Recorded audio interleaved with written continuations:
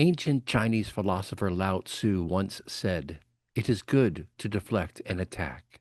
It is better to not be attacked in the first place." In this episode of Future Proof, learn how modern defense technology shot down 500 of 500 ballistic missiles fired at Israel. The future is here already. It's just not evenly distributed. Yet. Today's world teems with innovation. The nexus of hardware, software, and human ingenuity promises a revolution in possibilities. What does tomorrow look like? Witness Future Proof.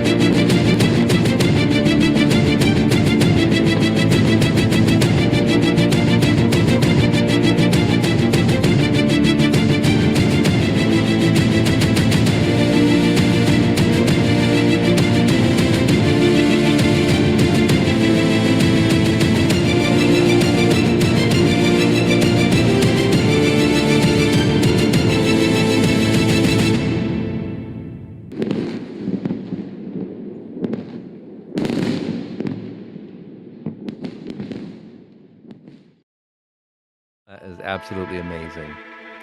Yeah, so like 13 months ago, Israel exhibited the world's largest ballistic missile attack in the history. Yeah. Imagine that.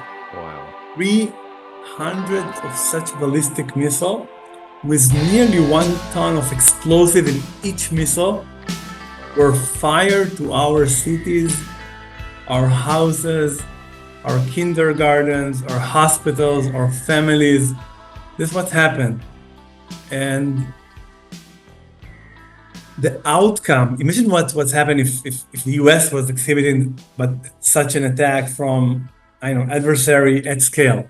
It was all over the news, and there was nothing that any normal human being could do about it. Right. Nothing. Because these missiles are so strong, so explosive, that if it hits a house, it smashes the entire house and kills all of the people. No house, no people.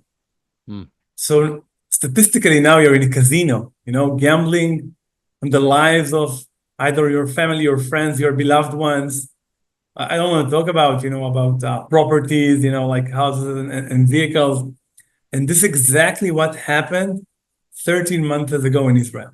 Wow. And we saw the launches in our news, and we knew that these missiles are coming at us. Wow. The results, 0 casualties at our side.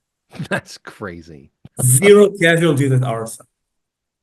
Minor damage to some properties because of some residuals, right? 0 casualties. You know what I did in that night? I took my family to the living room, made popcorn, and watched the interception live. Wow. No shelter, nothing. I told my wife and kids, we're going to intercept all. You're safe. Let's have some fun. And we had fun.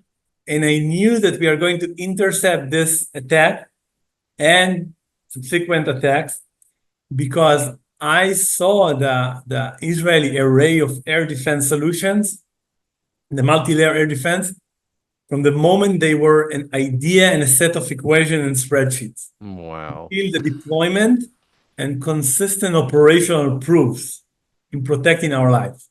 Wow. So although the attack was new, this is intercontinental, it's a ballistic missile with much larger warheads. I knew that we will be protected by the Israeli air defense area.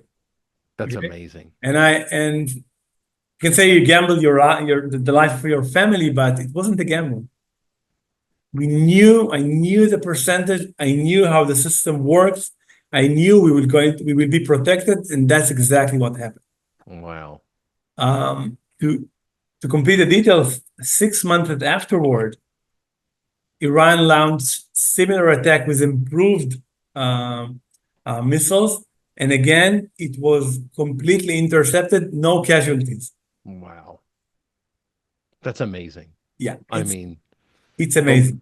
ballistic missiles and the number of missiles, that's the thing, right? Because this system has to be able to identify every incoming piece of ordnance Yeah. and then separately launch and track for each and every one of them. Is it typically one per missile, or do you fire multiple per missile to I'll ensure? explain. I'll Yeah. explain.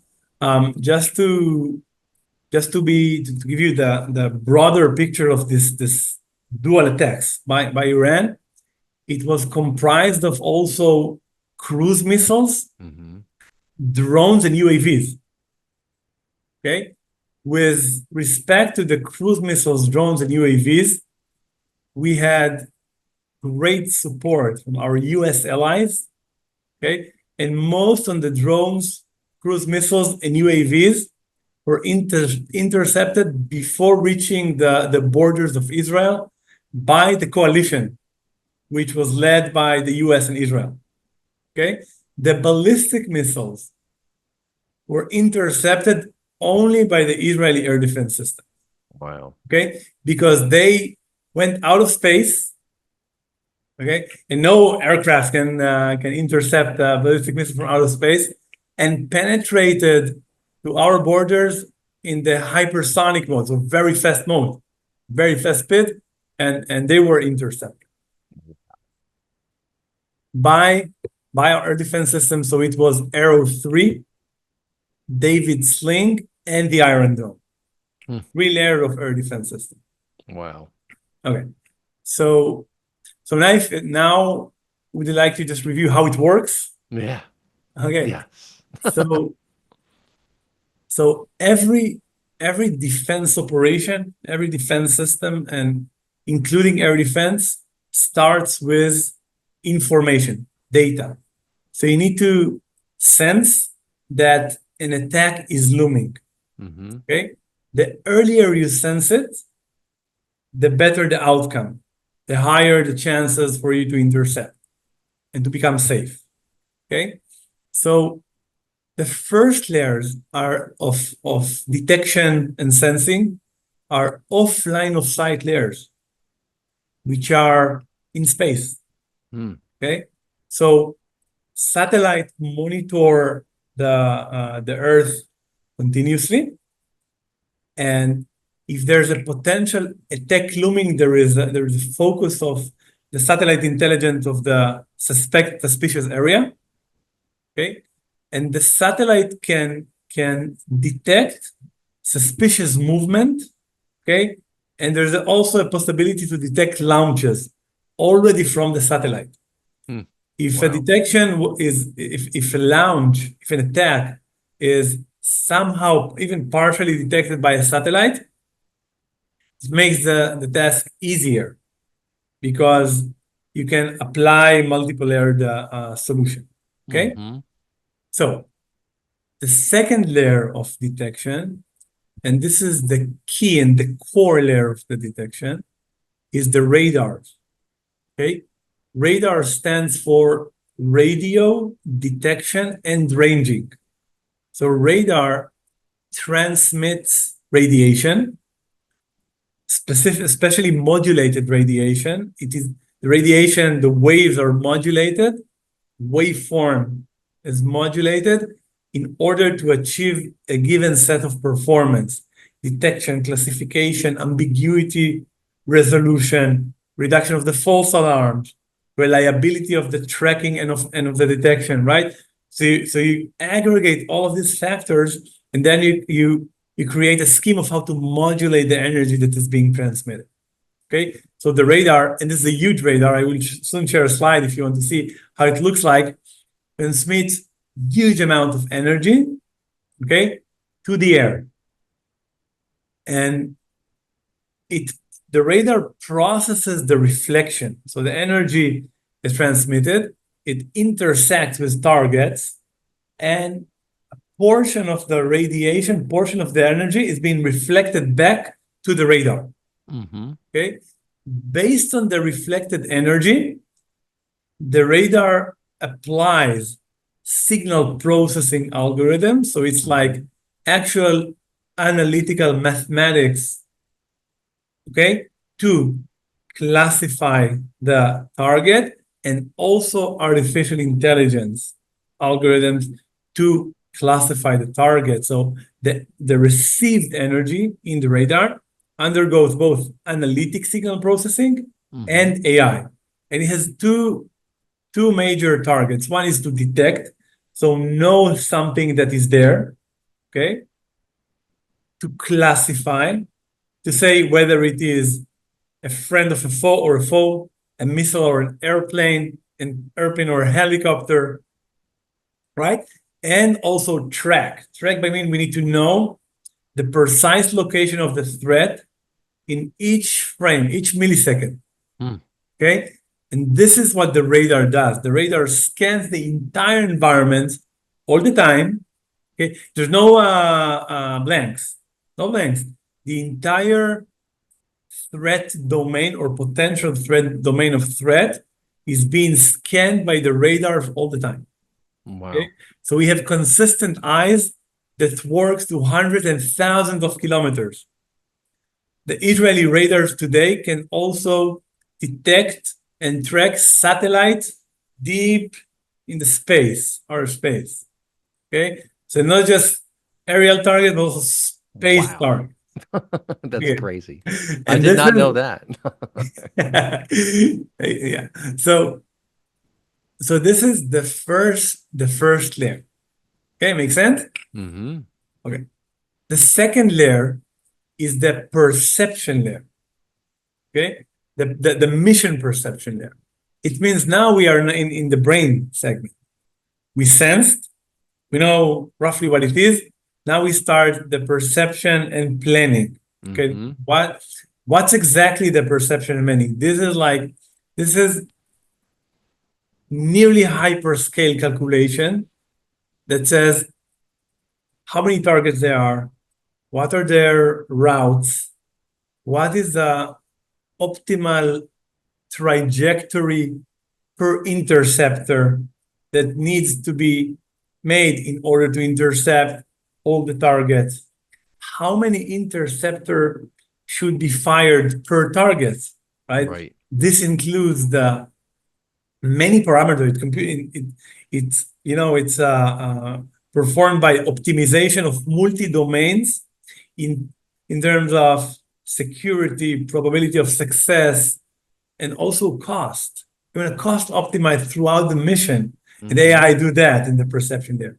So the outcome is the outcome of the perception layer is a full mission planning. Okay, and then after this is ready, there's a launch. Okay, so the interceptors are launched.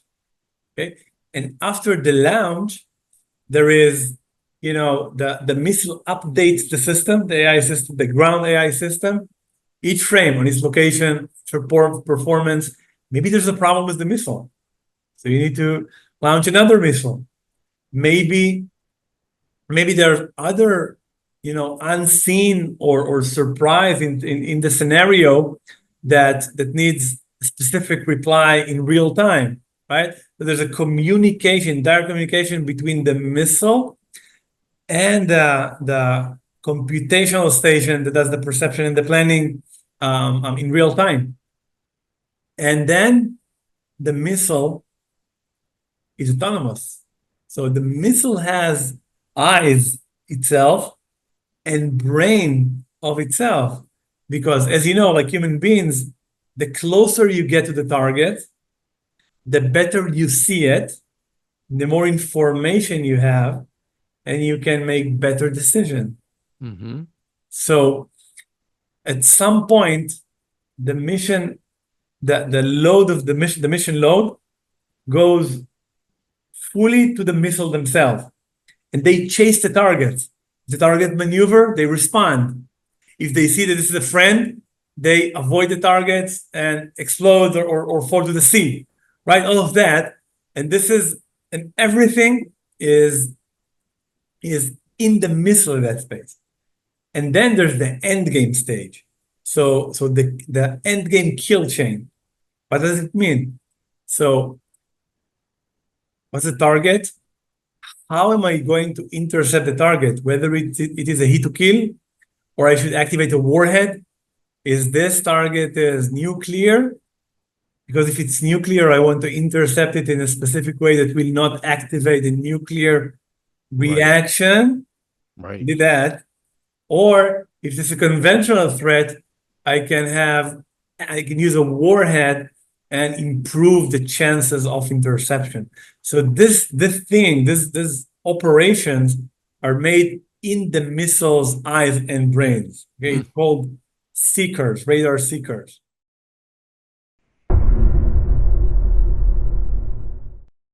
I wanted to ask you too. I'm just guessing here because you've got a an AI system.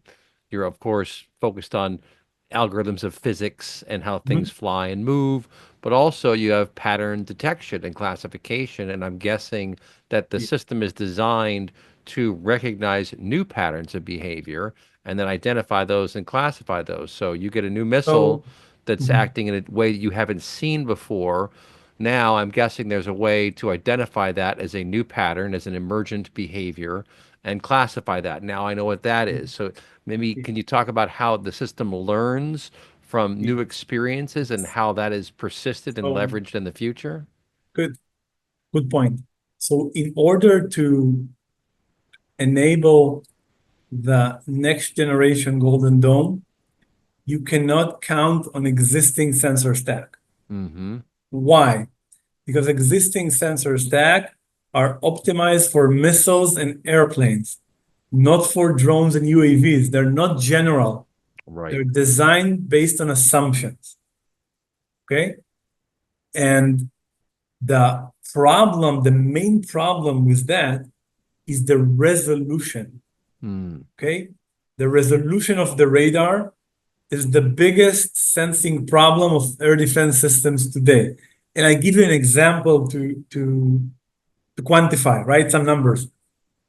So the pixel size of an average air defense radar is roughly 100 meters. Wow. So imagine a picture with a pixel size of 100 meters. Okay, so every target that has altitude of below 100 meters is considered today as a ground target. Wow. Yes. So this is why, in order to intercept cruise missile, you need either ships or airplanes because the air defense radars have very low pixel size. But this pixel size is not only on the space, it's also in the velocity. Okay. And in the velocity is like 300 kph, 100 miles per hour. So every target that flies below 100 miles per hour is considered as static target, Wow. non-moving target. Right. Even though it's Okay? moving 80 miles an hour. Yes. So today's threats, and this is a huge problem. One of the problems that we solved in Apex is that the resolution of today's air defense sensors does not get even close to what's needed in coping with new threats. Mm. Okay? So, just to give you an example, at Apex, we developed a 4-dimensional imaging radar with resolution of 3 centimeters. So, what is like 100 meters in today's solution is 3 centimeters in our solution. This is what makes us not predict, directly sense the trajectory. We're not guessing. We sense the trajectory in real time. Wow. Understand? And this makes what makes the interception much more solid, okay, and trustworthy also for the new threats. Not just the Mm-hmm. old threats, but also for the drone swarms, and UAVs. Mm. And now Do you have more question on the sensing and trajectory part? Uh, I mean, I do, but keep going. You'll probably answer it as you talk. And now, and now there is the AI, and not a lot of people talk about that because of the lack of experience, of technology and operational experience in that domain. But we need that the system needs to classify the targets. You need to know whether it is a drone or a bird, Mm-hmm. whether it is a UAV or a vehicle. You need to know that. It's not just something and know that something is there. The system needs to know that this is a threat and the class of the threat to launch an interceptor. Okay? How do they know that? This is not GPT. There's no Right. textual information that tells you about the physical signature of a drone, right? Right. You cannot label the data. You know that if you look at today's AI, it is either like ChatGPT, GPT-like, which works on self-supervised learning, Mm-hmm. and then human feedback, like a reinforcement learning with human feedback to create the guardrails and optimize the models, etc. There is no way that such information is exists on the internet, and you cannot create guardrail by human because human cannot see a radar signature and know what it is. No Right. one else. So this is a new class of AI, Hmm. right?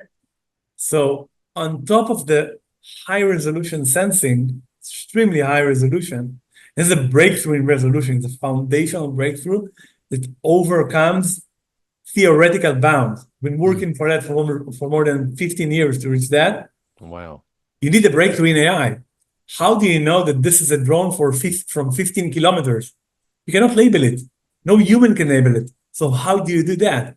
So we developed a new multi-physics and AI that knows that automatically without human labelers. Okay?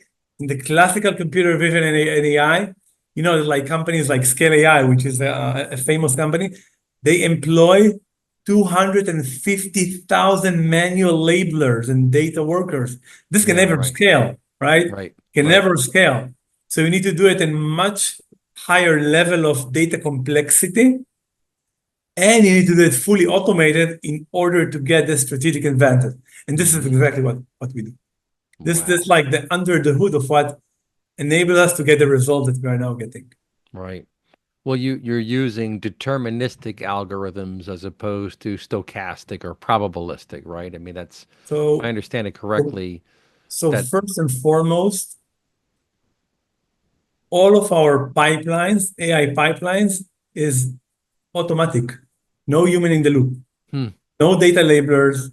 No manual backend of AI. You know, the backend of AI is like, there's an image from the Industrial Revolution, right? The AI is very nice and glamorous from the outside, but the backend is like thousands of people labeling data, guardrailing the GPT. So the huge backend paradox in AI.